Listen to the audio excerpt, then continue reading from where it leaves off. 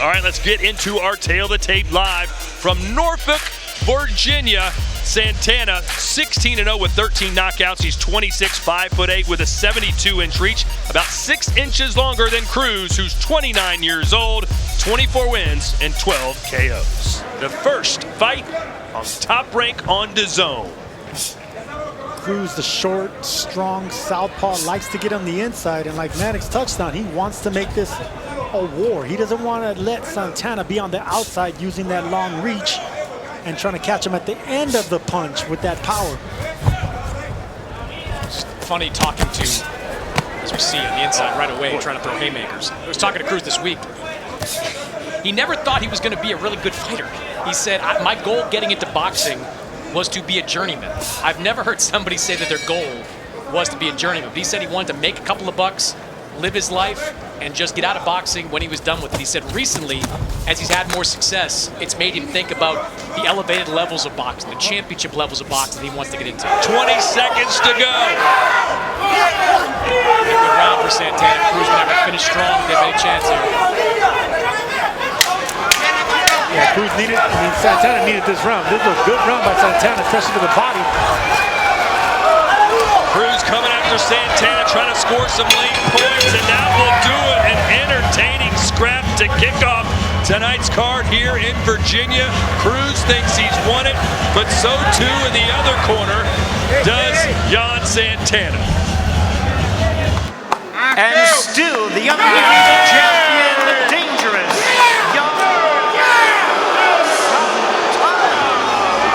96-94, certainly fair. Reflects a competitive fight. Kelvin Davis. Davis, 6'1" tall with a 74-inch reach. That's 4 inches longer than Dobson, who's 17-3. Ducks in the dressing room. I want a good, clean fight. I want you to obey my commands at all times. Protect yourselves at all times.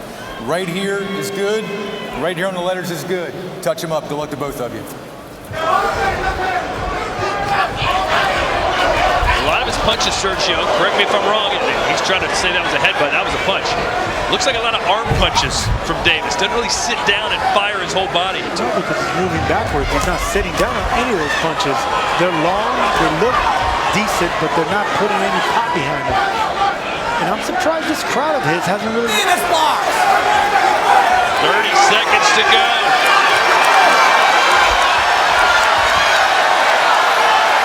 Crowd trying to urge Davis on. Dobson coming forward.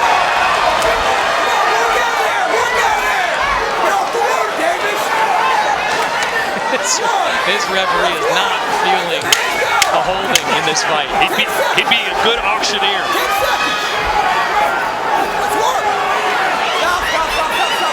In favor of the split decision winner, Kelvin Knight Davis. Our Tail of the Tape, Brian Norman Jr., 5'8", with a 72-inch reach compared to Wagner, who's 3 inches taller but has a 1 inch shorter reach.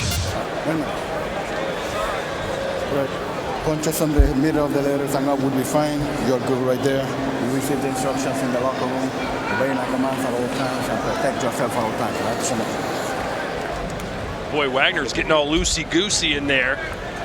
He says he's going to weigh 165 pounds tonight. Put on roughly 20 pounds between the weigh-in yesterday and the fight tonight. But Brian Norman Jr., despite how heavy Wagner is, carries more pop. Just ask Jen Sasaki, who he dropped last year in the KO of the year. Norman Jr. in the black trunks, Josh Wagner in the neon green. And Wagner coming out just as he promised, said he wanted to step to Brian Norman Jr. and kind of assert himself early on. He said he's been kind of a peppery guy throughout the course of his career, but he believes that he's got real power and he wants to try to showcase that tonight. And Josh Wagner started his career 6-0 and then walked away from the game. Moved to Western Canada, started a new life working with concrete, and kind of was done with boxing. His brother, who's now his trainer, Ryan Wagner, who's a professional boxer himself, that came and found him and said, hey, you got to get back into boxing. You've got some special stuff that can make you a world champion. Talked him back into it. Whoa. He's had some success, but he's not having it tonight. No, he's not. And his legs just don't appear underneath him right now. Trying to get out of the range of Norman Jr., who's laying the run. And down he goes.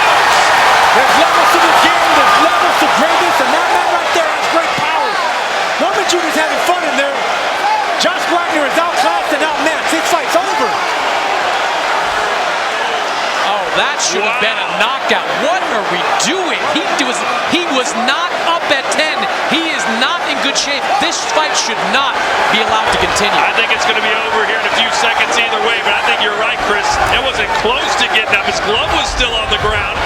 And again, he's trying to get away from the power of Norman Jr., but there's no way back. Down again. Now, Josh Wagner's grabbing his shoulder. He's not getting up.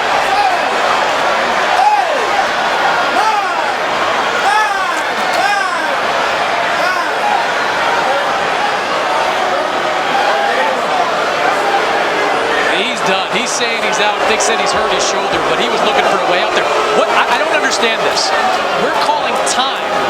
This fight's over regardless. As soon as And it's over. Better late than never. Brian Norman Jr., the assassin, is back on the winning track with an explosive performance here tonight. there was only one boss in that ring. Ladies and gentlemen, we have the time of 1 minute 24 seconds in round number 2. Our referee in charge stops the contest upon advice of the ringside physician. He is the winner by way of technical knockout, the assassin, Brian Norman Jr. It's our main event, super lightweight division. Keyshawn Davis, 27 years old, 140 pounds, spot on. Had to lose that .1. Took him a little long to do it, but he did get there. Here, Albright, looking for revenge after losing a tight one back in 2023. Take a full step back. Remember, protect yourselves at all times. Touch gloves. Good luck to you both. Any neutral observer will tell you that from a talent perspective, Keyshawn Davis is a level above Nair Albright, but talent isn't the only variable here. Davis did not want this fight. He needed multiple tries to make the weight for this fight, and he has appeared irritated all week that he has to be here.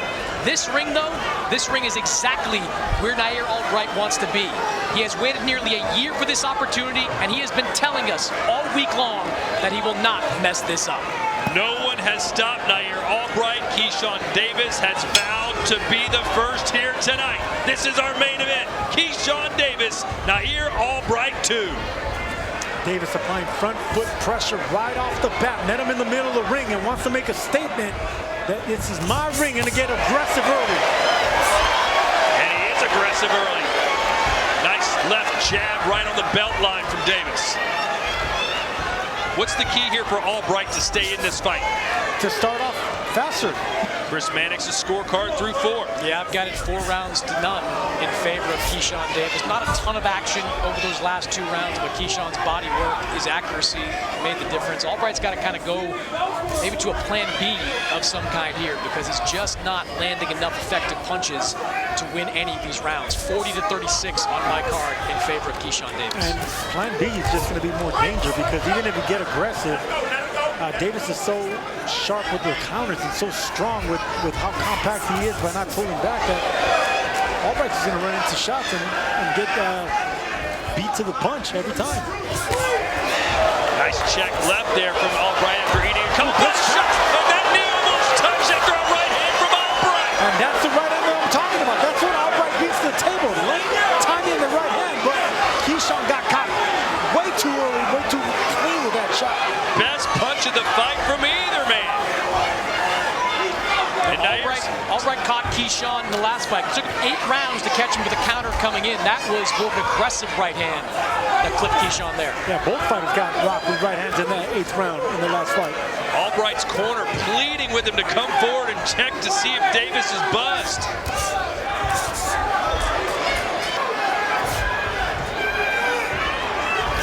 It was a body shot that put Jermaine Ortiz down in the 12th round. Yes, it was, and right here, I think Albright's hurt to the body right now. He hasn't punched since that shot downstairs. The body language is not good from Albright. He's just trying to get out of the way of the pain. And not relenting is Keyshawn. He knows it. He's smelling something.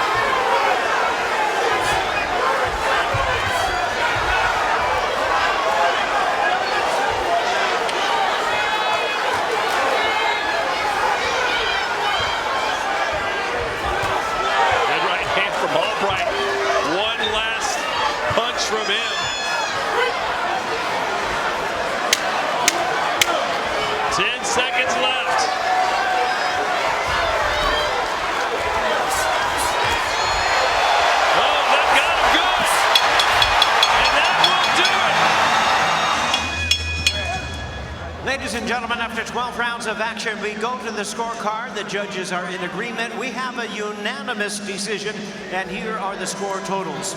Judge at ringside, Paul Wallace scores the action 117 to 109. Judges Mark Deltilio and Tracy Stamey both scored about 118 to 108. All three in favor of the winner, boxing's young pride,